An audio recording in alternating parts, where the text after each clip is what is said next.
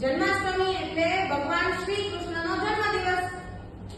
હવે મથુરાના રાજા કંસ અને એમની બહેન દેવકી અને વાસુદેવ.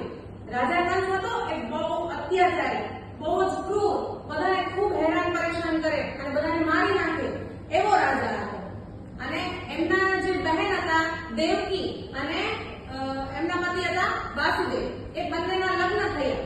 પછી જે રાજા કંસ હતો એ ખૂબ જ અત્યાચારી હતો, એટલે એનો વધ કરવા માટે એક ભવિષ્યવાણી થઈ. ભવિષ્યવાણી એટલે શું કે આકાશમાંથી ભગવાન બોલ્યા કે તારો અંત જે વાસુદેવ અને દેવકી છે એમના 8મા સંતાનના હાથે તારો વધ થશે.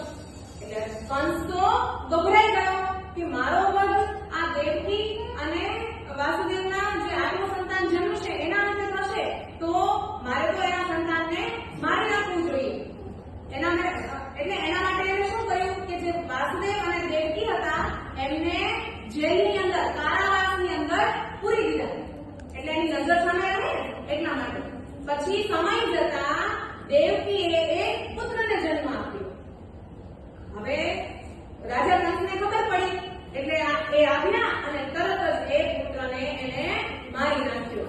એવી રીતે 1 પછી 2 3 4 5 6 7 પુત્રોને એને મારી નાખ્યા.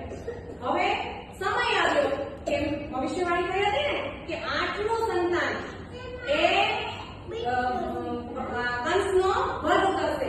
એટલા માટે એને એક દિવસ મધ્યરાત્રિએ દેવકીએ ભગવાન શ્રી કૃષ્ણને જન્મ આપ્યો. ભગવાન શ્રી કૃષ્ણનો જન્મ કયા દિવસે થયો હતો? શ્રાવણ વદ 8મના દિવસે. અને મધ્યરાત્રિએ એટલે 12 વાગ્યે જન્મ થયો. ભગવાન તો ખૂબ જ તેજસ્વી હતા. એટલે દેવકીએ પ્રાર્થના કરી કે હે ભગવાન, તમે તમારા શિશુ રૂપમાં આવી જાઓ. એટલે ભગવાન નાના એવા શિશુ રૂપમાં આવી ગયા અને જે કારાવાસના દરવાજા છે એ ખુલી ગયા.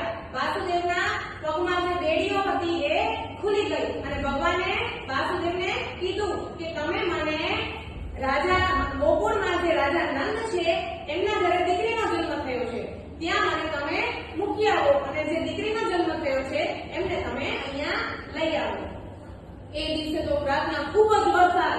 હવે કેવી રીતે જવું? તો માથામાં ટોપલું લઈ ઉપર શેષનાગ ભગવાનની છત્રછાયા બનીને ટોપલામાં લઈ અને વાસુદેવ તો આગળ ચાલ્યા.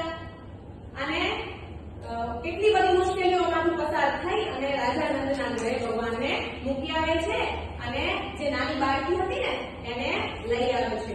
સવારમાં તો જે બધા સિપાહીઓ હતા એને ખબર પડી કે દેવકીએ 8મા સંતાનને જન્મ આપ્યો છે. પછી એને રાજા કંસને જાણ કરી. રાજા કંસ આવ્યા અને એ દીકરીને પણ મારવાનો પ્રયત્ન કર્યો, પરંતુ એ દીકરીને સ્વયં ભગવાન જ હતા, એ પણ સ્વયં માતાજી જ હતા, એટલા માટે એમને મારી શક્યા નહીં. અને પાછી ભવિષ્યવાણી થઈ કે તારા વધ કરવા માટે જે 8મું સંતાન છે એને જન્મ લઈ લીધો છે. એટલે તું જે આ બધી પ્રયત્નો કરે છે એ વ્યર્થ છે. અને સમય જતા રાજા કંસનો વધ ભગવાન શ્રી કૃષ્ણના હાથે જ થયો. બરાબર? એટલા માટે જે આ દિવસે શ્રાવણ વદ 8મના દિવસે ભગવાન શ્રી કૃષ્ણનો જન્મ થયો, એટલા માટે આપણે ભગવાન શ્રી કૃષ્ણનો જન્મની હર્ષોલ્લાસભેર ઉજવણી કરીએ છીએ. આ દિવસે પંજરીનો પ્રસાદ આપણે વહેંચીએ છીએ. ખૂબ આનંદ અને કિલ્લોલ સાથે એકબીજાને ગુલાલ ઉડાડી અને આ તહેવારની ઉજવણી કરીએ છીએ. તો બધાને ખબર પડી ને? હવે આ